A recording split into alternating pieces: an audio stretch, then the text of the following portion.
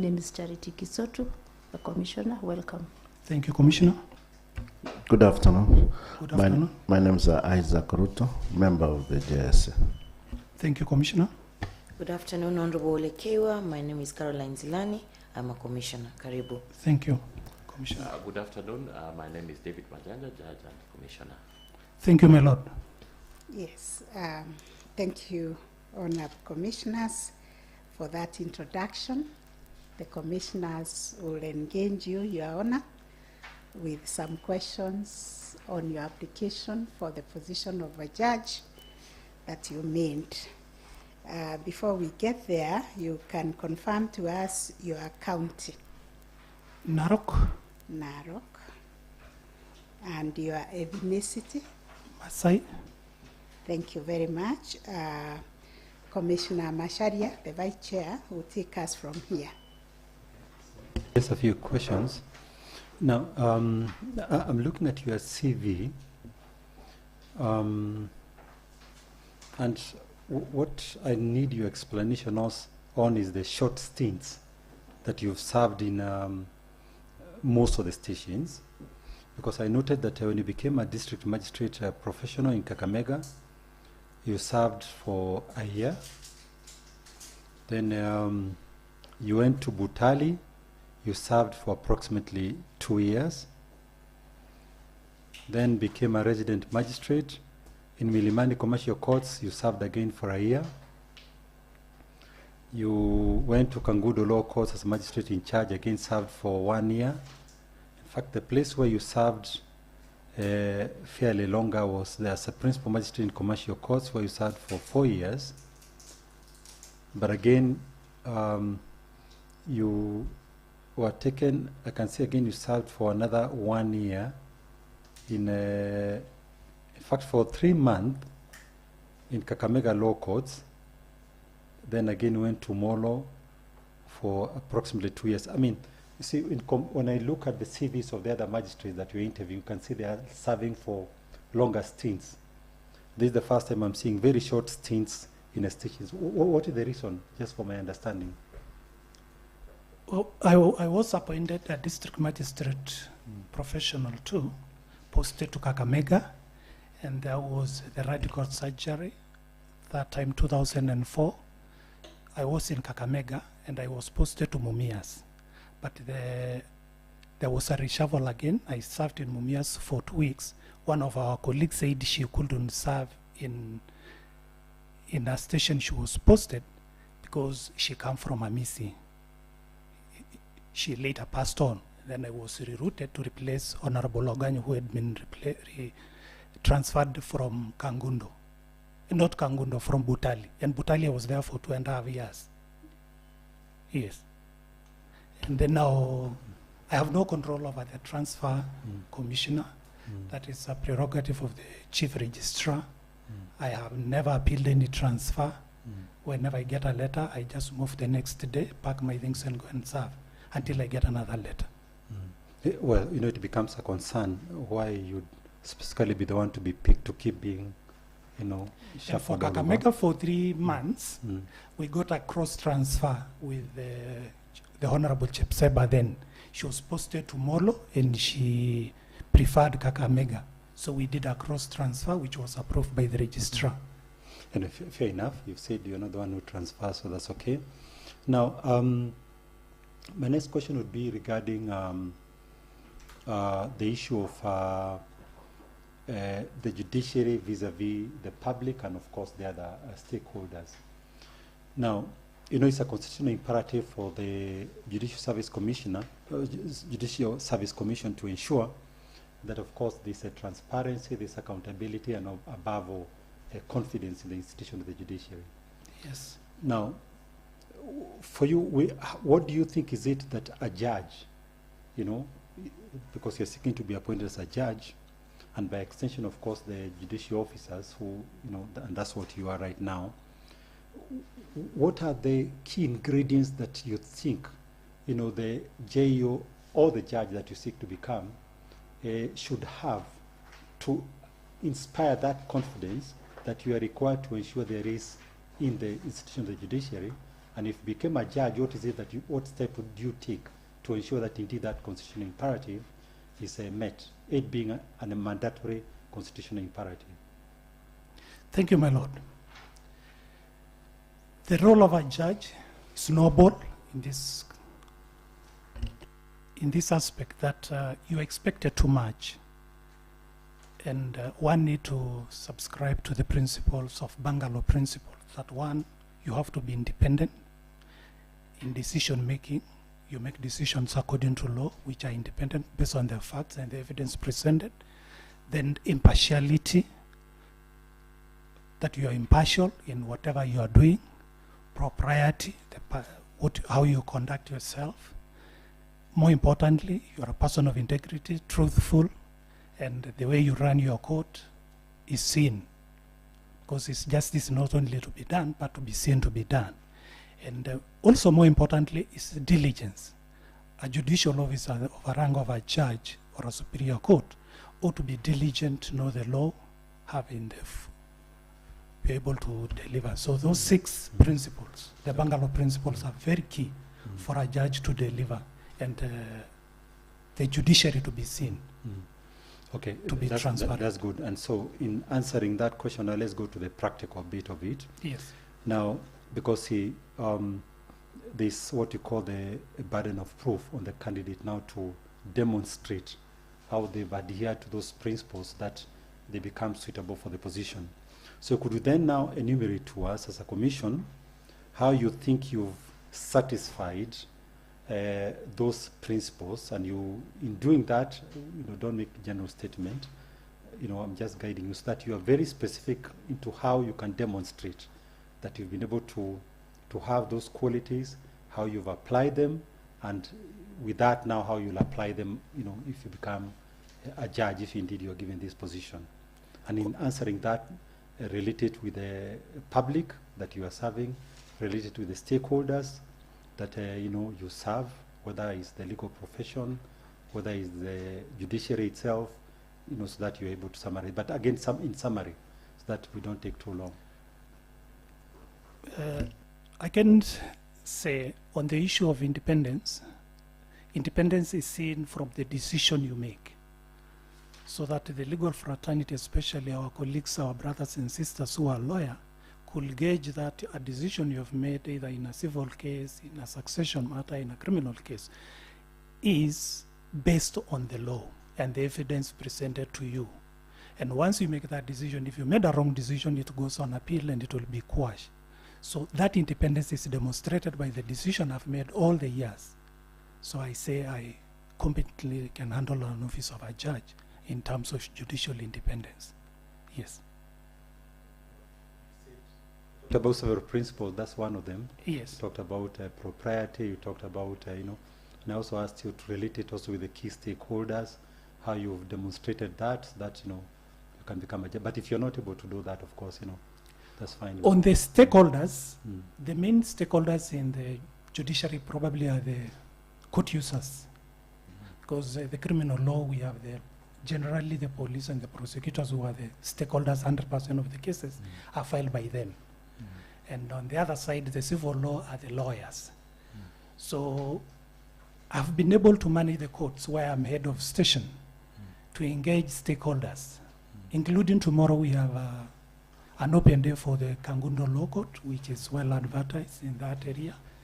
And we engage the stakeholders, and that is an input from me as a person and my leadership to be able to give back to the people I serve there. And there is unity among the court users. And I also attend the Machakos headed by the judge.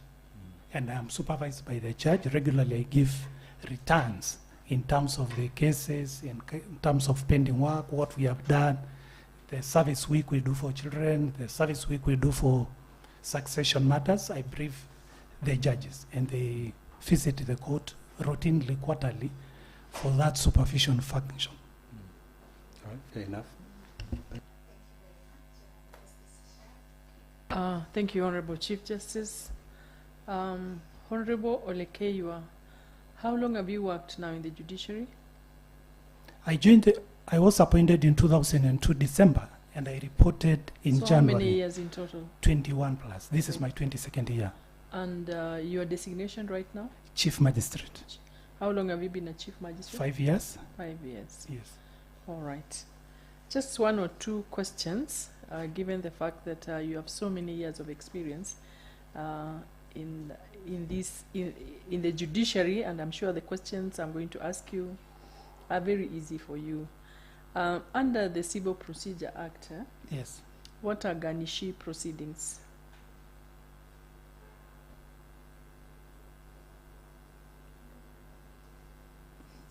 Does Maybe- it sound familiar? Yeah, it sounds familiar. It's like, Yeah. it's that, I don't know how to put it. Just try. Yes. Ganishi proceedings are the proceedings where the judgment has been entered and someone else has maybe, say the bank has the money, so now they are not interested except for the reason they are holding that money in that bank. Say that again. I think I can almost hear what you're saying, but I wish you could I'm rephrase saying- the answer. Yes. Litigation has maybe come to an end and there is, say, money in a bank. Yes. So you now get the Ganishi proceedings for a third party. For a third party, who is the owner of the money that is in the bank?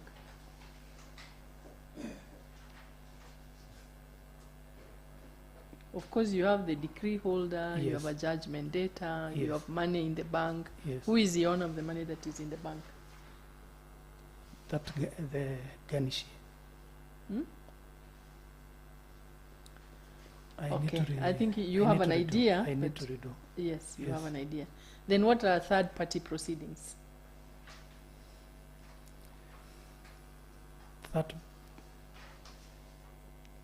Third party proceedings.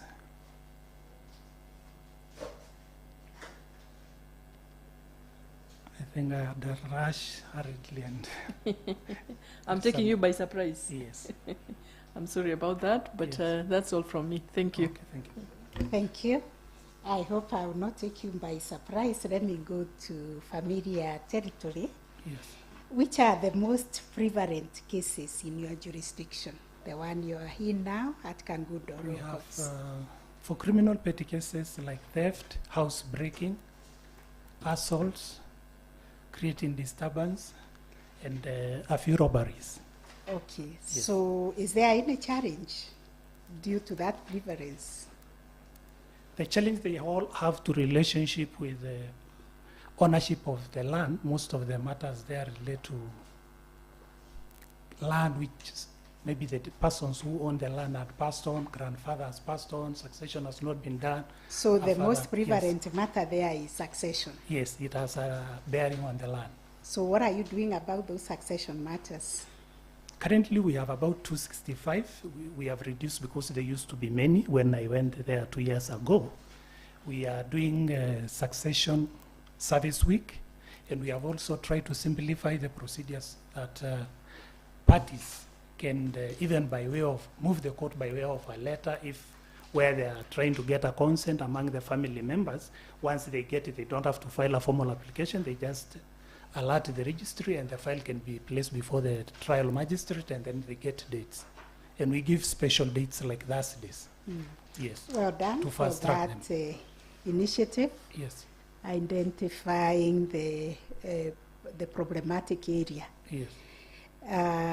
Now, can you give us at least two imperatives of a fair administrative action as provided for under Article 47 of the Constitution? Two imperatives of a fair administrative action. One, the administrative action, at least you have to notify the person the proceedings Information. and you give the opportunity the person to present his side of the case and fair hearing. Okay, fair hearing. Yes. I'm okay with that.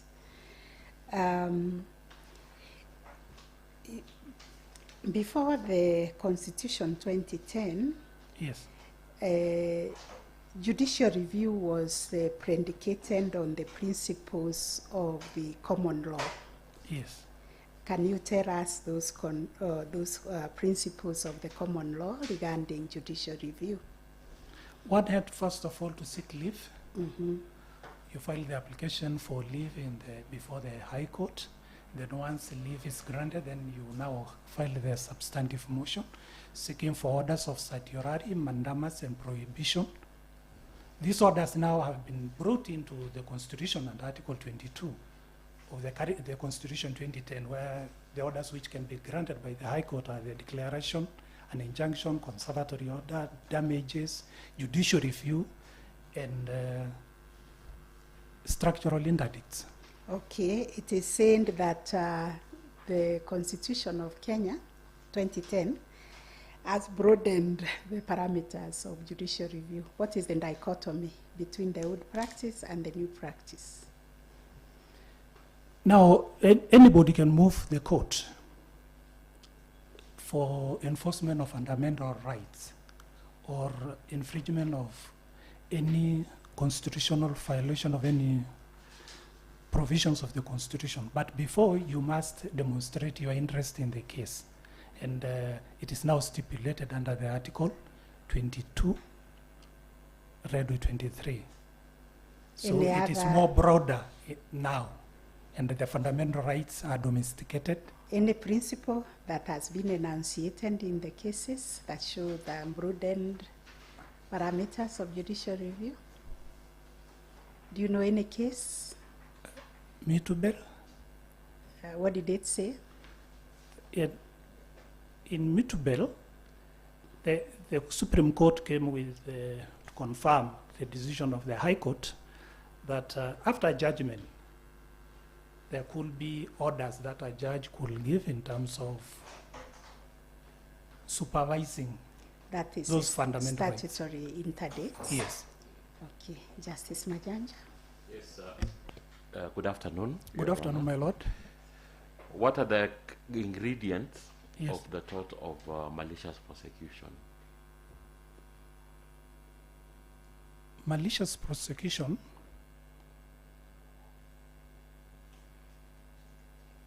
one, the complainant has no case in the first place. There are no merits in the case. Mm-hmm. It is planned by the prosecution, or I could put even negligently, Mm-hmm. and prosecute an innocent person. Okay. Are you sure about that? Okay, you have a look at that particular tort. Thank you.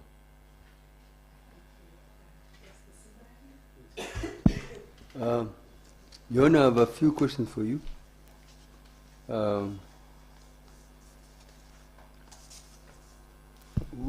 When you were referring to in your application for this office as a judge, and also in the CV,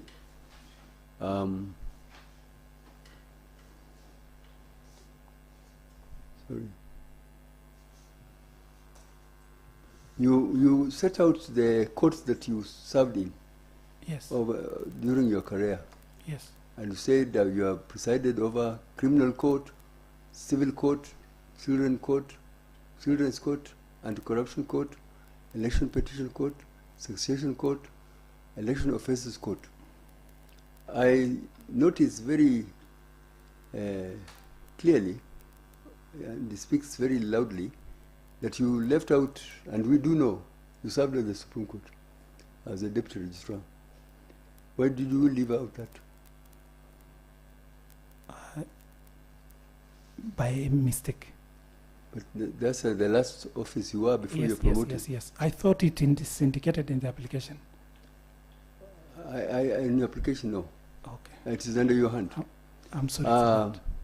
Even your application under your hand, you don't mention it, to my knowledge. Yeah, same. Among others, you say among others. So why don't you expressly not refer to Supreme Court? I thought that would be I thought I had done 2 applications, Mm. and probably I did it in a hurry of meeting the Why you deadline. not I thought recognizing my I court? had indicated. Why don't you recognize my court that you said there? I have a lot of respect for the Supreme Court. Mm. It's the top court in the land. Okay. It gives guidance to the country. Okay. Now, coming to another question, you have read the stage, the blueprint Yes, by the Honorable, it was launched by the Honorable Chief Justice yes, when she took office. yes. Give me a few of the main principles or tenets of the stage. One is strengthening the institution of the judiciary, and we do that as judicial officers by doing the core business of the court is hearing and determining cases. So that's how I implement it daily, and I lead by example. The second is financial, strengthening of the financial. So I also exercise that by implementing. I'm the AIE holder in my station to run the AIE and utilize that money to the prudently for Just the good of the stick to the institution. principles, not how you apply it. Yes. Mm. And then thirdly, inspiration of judicial officers to Yes. strengthen Yes. to inspire the judicial officers who are working in the judiciary, judges, staff, and the others. Okay. And then partnership, that is like the members of COC, NCAJ, that is strengthening those partnership, building a good name for the judiciary. So those are the principles. Okay. Thank you very much. I wish you all the best. Thank you.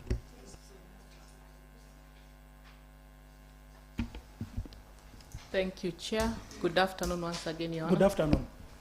I have a series of questions with regards to your sample writings. Yes. I have a quote from Justice Gerald Libovitz. I hope I'm pronouncing the name right. Yes. He visited Kenya sometimes in 2009 Yes. and gave a talk during a judicial colloquium. He's a judge in New York. Then he was. I don't know where he is now. Yes. And this is what he had to say with regards to judgment writing. Yes. Judgment must state the rule and support it by citing authorities, but without citing an excessive number of cases. I have gone through your sample writings. Only one case you have cited decisions from superior courts. Are you judge ready? Yes, when you look at it, my understanding of sample writing is the growth a judicial officer or a career professional has undertaken from the day he is appointed to date. When you look at it, I have started with the 208 decisions to 2014. 20, I think, when I was in the Supreme Court, there was one matter of taxation that I've done. So I cite authorities. No, I'm just talking about the four. You The- know, when you send us your sample writing, Yes. it helps us know how you write and whether you meet the criteria or the standards that are required in judgment writing. So it is you to pick, not the commission to decide. So you have sent us 5, and out of the 5, there's a children, there's a divorce matter, there's even an election matter. You have not made any reference to a decided case. And that's why I'm asking, how can we know how you then incorporate decisions from superior courts into a judgment or a ruling? As I had said, my understanding was the growth of that person. I thought that was there to be assessed. So how can we assess your growth in terms of incorporating decisions from superior courts in your writings? Yes, I own that. Okay. So I also want to ask a question with regards to a ruling you have shared. Yes. Under the Marriage Act, Yes. what interlocutory orders can you issue to a party to a marriage?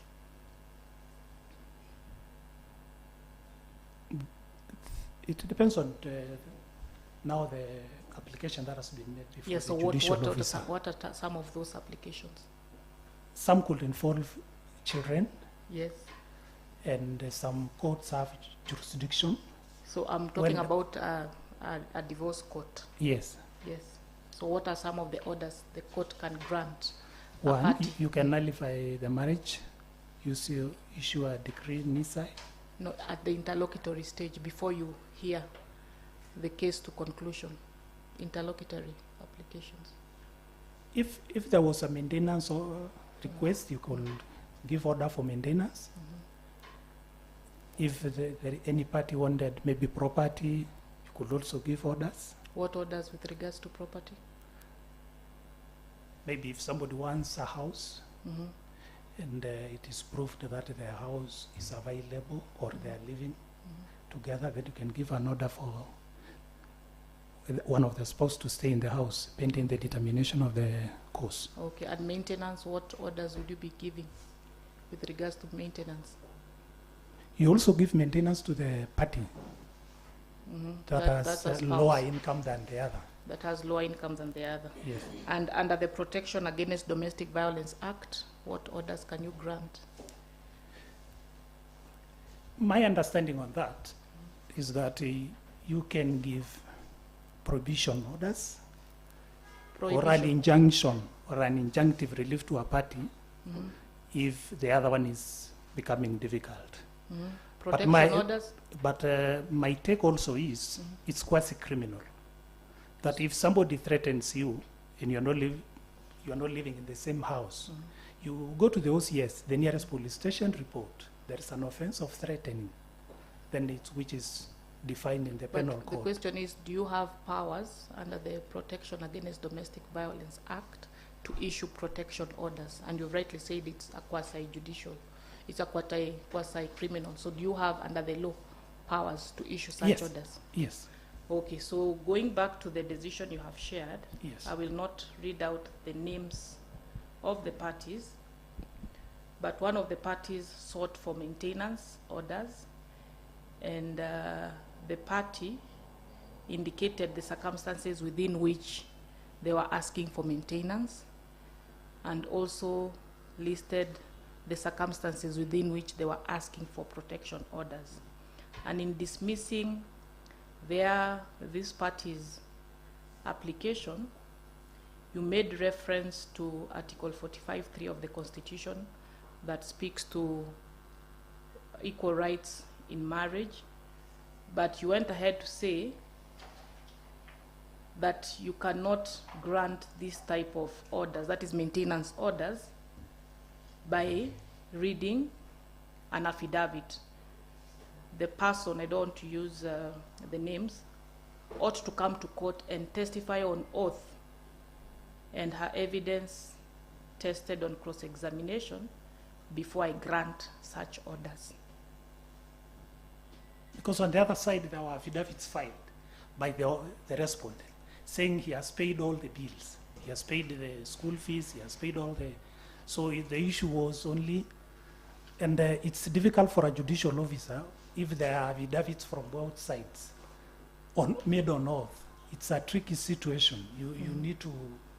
Wouldn't be, I think it would be in order for you to then say the affidavits are not satisfactory. I have read there is proof, Yes, as the opposed to language you could saying the person ought to come to court and give sworn evidence.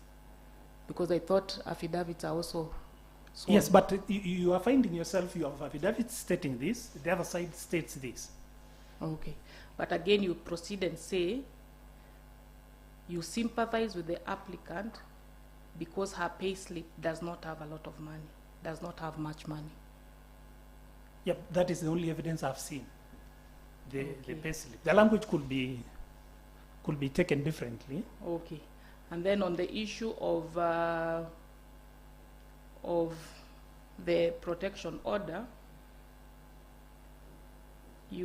this is what you state in your ruling. It is not easy to control people's movements, as the two could meet in a supermarket, school, work, or any other public place. The applicant has a remedy in the criminal justice system if she is threatened by the respondent and should report to Criminal Investigations Department, police, for charges to be preferred against the offender. Why did you abdicate the powers given to you by the law and just sending a person who has come to you, go back to the police. I have no powers. Threatening somebody is a very serious offense. And I think it's more important for in my view, if somebody threatens you, it's important for you to report to the police so that police can have a file and investigate and even charge the person. But the law Rather gives, than okay, you sorry. put yourself in the judicial system of civil court, where it becomes even difficult for the court to supervise those orders. But Parliament have enacted legislation that empowers the court to grant such certain orders. So what did you say about that? There is already a law that allows you to issue protection order. When you now start sending people who've come to your court under the law, telling them go back to the police, just understand, for me it's more of an interpretation, how you interpret the law. I appreciate your view, Commissioner. But look, the situation and the practice, I was there for several years and I've seen many cases where you grant those orders. It becomes, you are kind of creating a lot of applications in the court. But once you are charging, somebody is charged in the criminal system, it reduces that person repeating the same offense. Okay. That tendency is controlled. Thank you. It Lastly, deterrers. sorry, Yes. are you done? Sorry. Yes, I'm done. Okay, Thank you. So lastly, again, in your that same sample writing, you state the law is clear that if a petitioner has stayed with the mother for over 6 months, it will be presumed for purposes of protecting so and so, he is the father, and I hold as such. What law?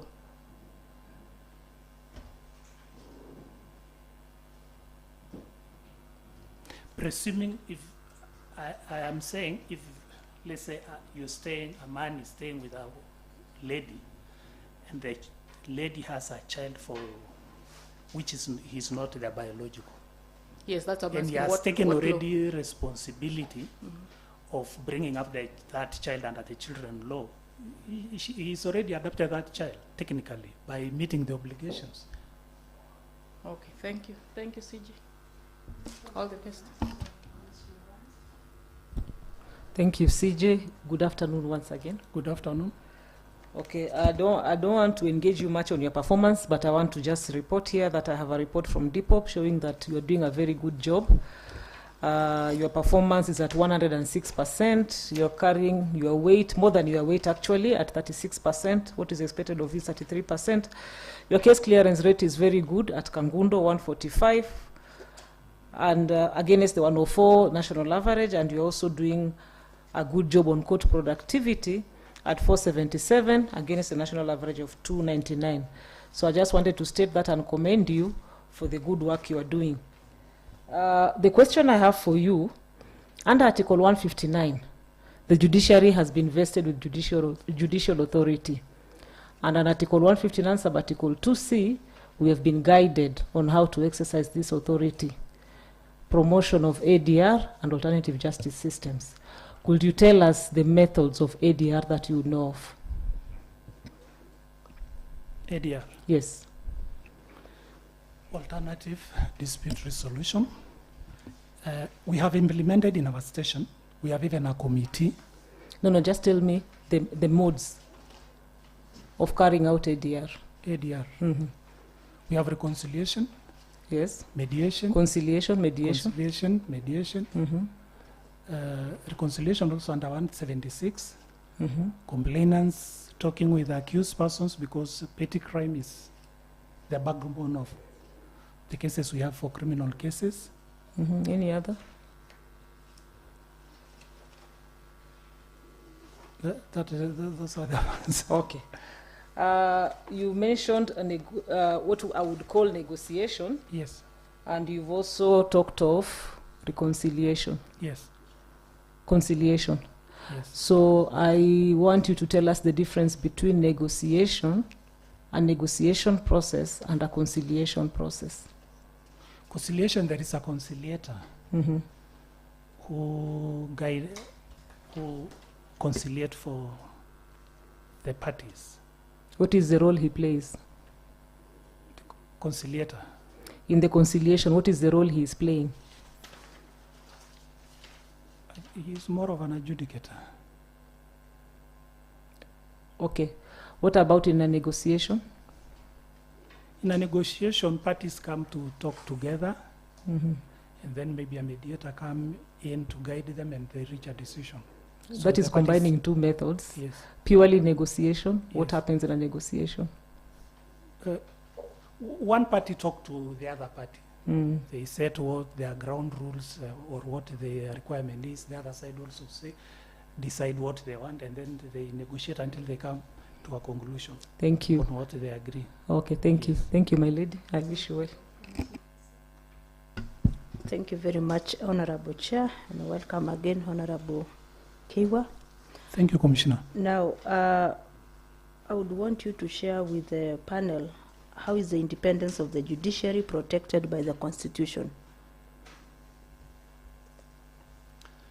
The Constitution of Kenya 2010 pronounced the judiciary as an independent arm of government, subject to the law only, that Constitution and the law. It has a fund which is to finance its activities. So the Constitution clearly spelled out the independence of the institution in clear terms, that it's not subject to control of any person other than the law and the Constitution. In any other way?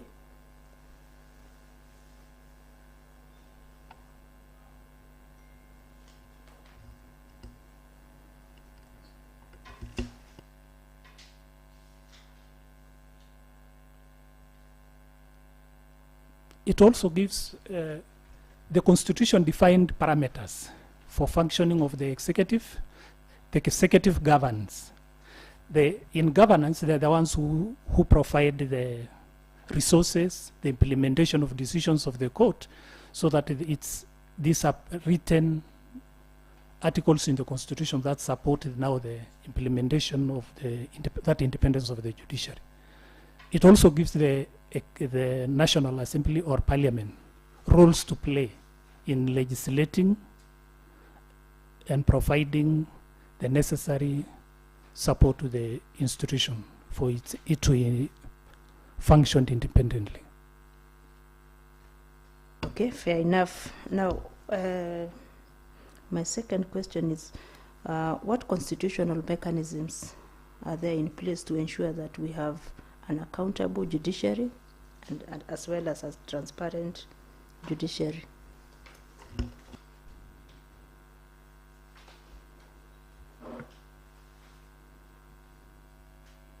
One, the Constitution gives the judiciary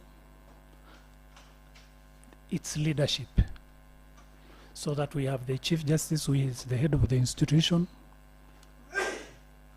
There is an annual report that the Honorable Chief Justice gives to the country. It shows what the judiciary has done the whole year. It also shows how they have spent their money. It shows who they have employed or what they have done, JSC performance. So it is stipulated in specific provisions of the Constitution, the role of the Chief Justice and the Chief Registrar, who is the accounting officer. You've talked of an annual report, yes. I mean, I want to hear more on other. There are several mechanisms that the Constitution has ensured that there's that accountability. The judicial officers are accountable also to the public through the decisions they make, judgment, rulings. You have a course list, you are accountable to the people of Kenya. Every day they read online, they see you in court to do their job, you are accountable to them.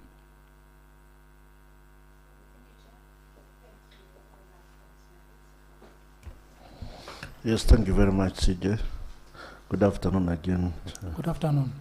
Yes. Having been a chief magistrate for quite a bit of time, I can see it's over 5 years. I want to find out from you, that's a leadership position. What are your specific achievements that can be directly attributed to your leadership and vision? Can you give us instances or examples? Yes, let me start with when I was in the Supreme Court, now that my Lord had asked me. Before I reported to the Supreme Court in 2017, there were two deputy registrars, the Honorable Linchora and the current registrar tribunal. Both of them were given other assignments, and I was there for 5 years. I handled the court. I didn't get any complaint. So that is one of the leadership. I handled the judicial aspect as deputy registrar of the Supreme Court for those 5 years. That is one. In Kangundo, where I am, in implementing the PMMU, we have set over 11 committees on different areas. We have maybe building committee, procurement committee, performance committee, leadership committee, and we have done delegation of roles so that everybody can contribute and everybody is equally important. I know sometimes in the course of doing that delegation, there are here frictions and there.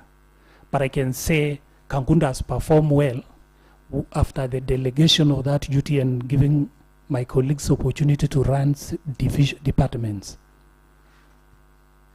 2, 3, I've also led by example.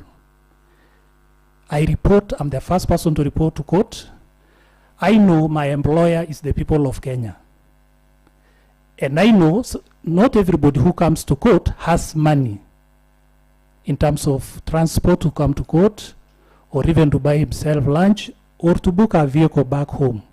So I say, let me lead by example so that my courts always start at 9, and I clear that court so that I allow people to go back to their home at a good time. Sometimes when you are taking plea, my leadership role I'm trying to explain. When you are taking plea, the person doesn't know how much the fine could be, or if it is bond, they could not know. If you make that decision at around 5 p.m., technically, especially on a Friday, you'll have sent that person to prison. But if that decision is done early in the morning, the relatives will have organized to help that person either pay the fine or organize for bond, and you will have sorted the situation. So I have tried to lead by example. Okay, leadership is given a lot of weight in the Constitution, both leadership and integrity, but I would like you to give me the principles of leadership as indicated in Article 73. Principles of leadership. 1 is integrity. A leader should be a person, a honest person, a person of integrity. He should be a transparent person, a person of accountability. Patriotism is one of also a person who have the attribute of inclusivity. You include everybody. And sometimes even those who criticize you, you give them also roles. You don't take criticism negatively. So inclusivity.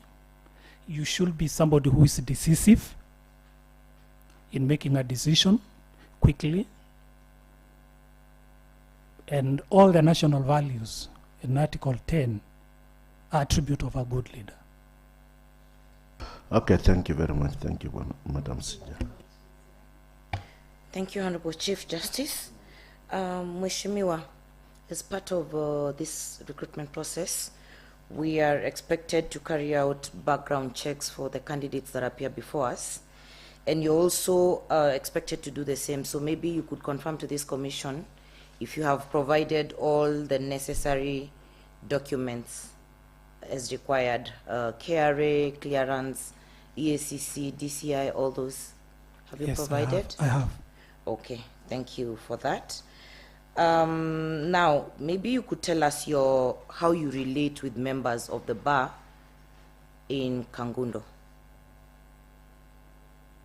What is your relationship with members? My relationship with members of the bar is good.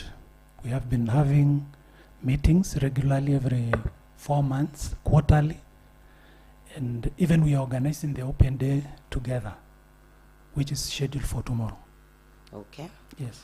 I'm asking that question because as we did our investigation, some of the reports we received, and I will read out just a few of them, where advocates say you have poor work ethics and you're always keen on taking out matters even when parties are ready to proceed. They also feel that, or they allege that there are instances that you'd switch off the internet to ensure that matters do not proceed. What do you have to say about this? Switching off the internet, I've never done that. The matters which takes time are the land cases. And it must be an advocate who applies for an adjournment. And you see, the background of the land cases in Kangundo. There are companies which have bought land there, several. And when you counter-check with the DCI here in Nairobi, they are always following majority of those cases, and they are on my neck also. If you technically run because the plaintiff counsel wants that matter to be concluded that day, you will be giving the High Court more cases in terms of application. So it is my understanding of the law that you give opportunities all parties to present their case the best way they could. And now, after hearing the cases on the merits, you make a decision, and finally the file can go to the High Court. For whatever reason, it will not come back. Okay. And there are so many cases. Okay. Overlap of these societies which buy land. This society buy this portion of land, they buy, and then they construct, a third construction company buys houses, and then it sells to both sides. And then it becomes a complicated issue. Advocates, a few advocates take advantage of that. That is the only reason. I have not adjourned cases on my own will.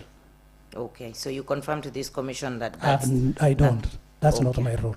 All right, thank you for that. My other question would be, again, as part of the background checks and vetting, we are supposed to receive recommendations from your referees, the people you've given as referees. Yes. And at this point, we have not received from your professional references and character references.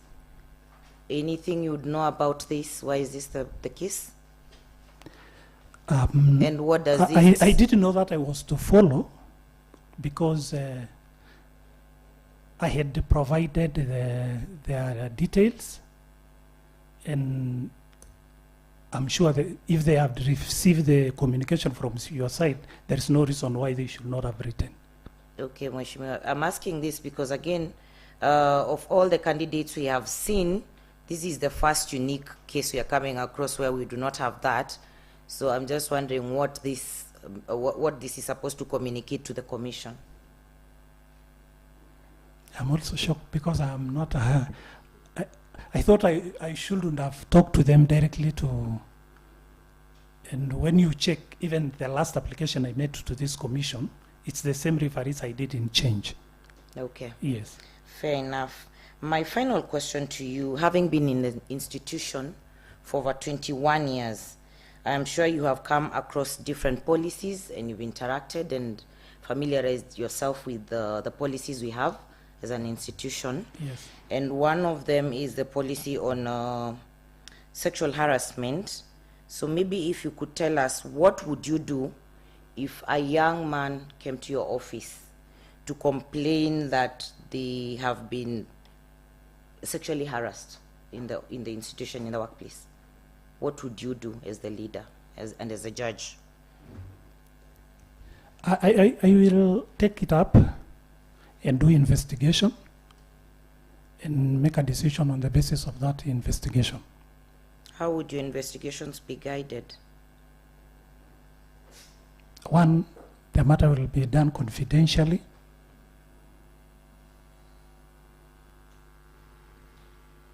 So I'll do confidential investigation. Okay, maybe tell us what would you do as the leader to ensure that your staff or the people who work under you are protected against sexual harassment? What initiatives would you put in place? One, in a public place, we all have seats. So it's not a private place where someone sits privately. And these are offenses in nature that, although they are personal, but signs can be seen from the way people relate. So there must be a corroborative aspect from the person. Okay. Yes. So I'm not sure you've answered me on what you would do to protect your staff. Yeah, to protect myself, if somebody complains, then I'll do the investigation.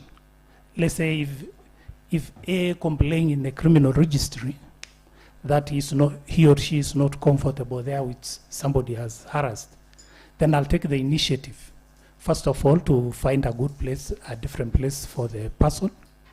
And I listen to the story of the complainant. This is after that has already happened. Yes. So you will do the investigation, but Yes. before it happens, Yes. to ensure that it doesn't happen. Yes. That is how you protect them. So what measures would you put in place? The measures are that we all work as a house, as a family. And we all report to work, and we have designated places to work on.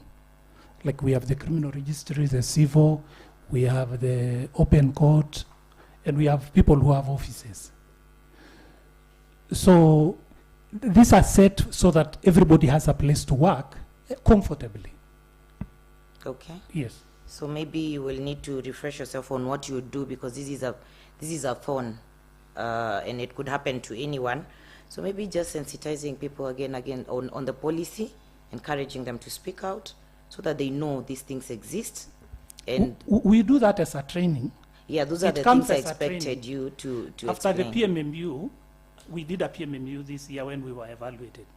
And we took, with my colleagues, to do training. Each of us took a role and a topic to do. And we also engaged lawyers. Some lawyers have also, because we do it on Fridays. Yes, so what I'm saying is I expected you to bring those forth. Yeah, Yes. but thank you. Yes. All the best. Thank you. Thank you very much, Commissioners and Honorable Keiwua, for the engagement this afternoon. We thank you for availing yourself. We will wish you all the best. And thank you also for recognizing that you are employed by the people of Kenya. Yes. Not anybody. You don't serve anybody but the people of Kenya. The people of Kenya delegated the authority to the judiciary. Yes. Yes, Thank you. under your wise leadership, Chief Justice. Thank you. Before we close, we always give every candidate an opportunity to ask us a question or tell us whatever you want to tell us as a commission.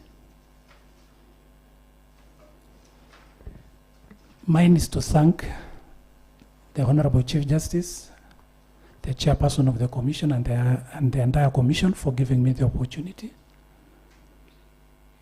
to be interviewed. Thank you very much. Thank you. I wish you well on behalf of the commission. I think this brings us to the end of the interview. Take our greetings to the people of Kangundo. Thank you. Yes.